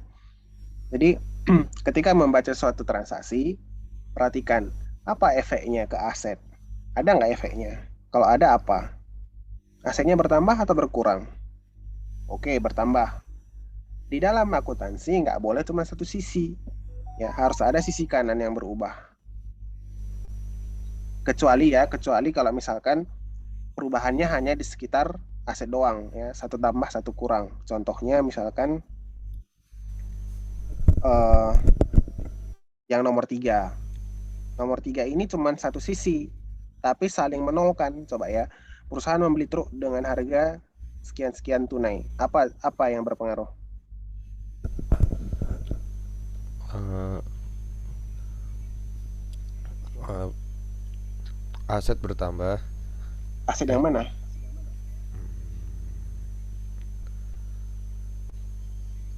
Kas kah? Atau persediaan kah? Persediaan. Truk itu persediaan. Truk itu berapa lama penggunaannya? Eh, beban. Kenapa beban? Membeli truk loh. Truk.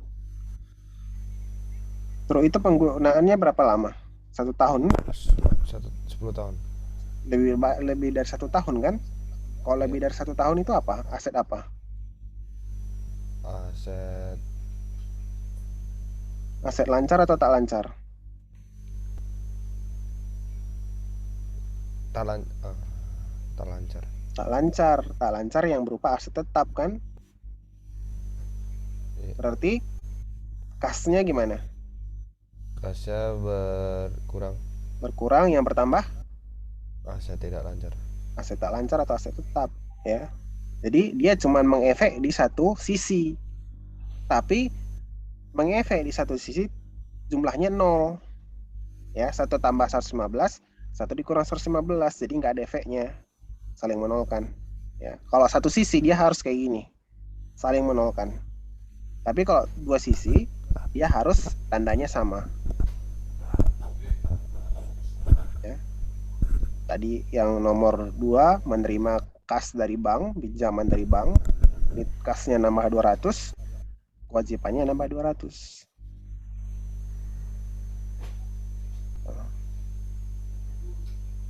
Ada yang mau kamu tanya nggak?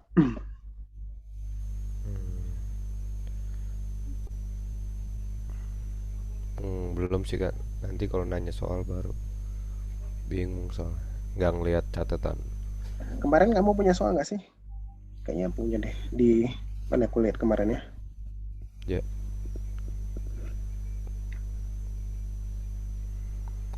Nah ini ada kok, coba. Nanti coba kamu kerjain deh yang dikasih gurumu.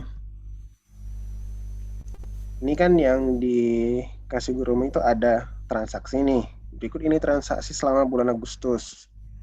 Nah coba kamu kerjain. Jawabannya udah ada di sini. Ya, jawabannya udah di sini. Tinggal kamu cocokin nanti. Benar nggak jawabanmu dengan yang ada di sini? Kan gitu. Jawabannya mana kak? Ini, Ini. Oh iya, ya. iya.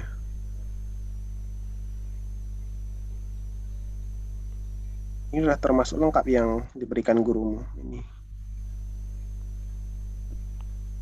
Tadi kan utang hipotek kan? Ya ini utang jangka panjang itu adalah utang obligasi, utang hipotek, utang bank. Ya, itu jangka panjang.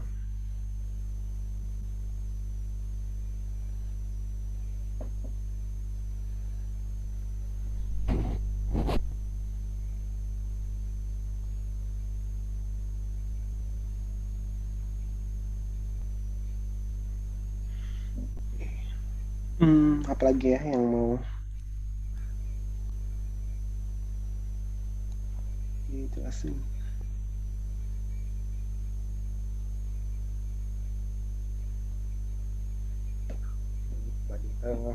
Ini yang kemarin itu sudah saya load di, bentar ya.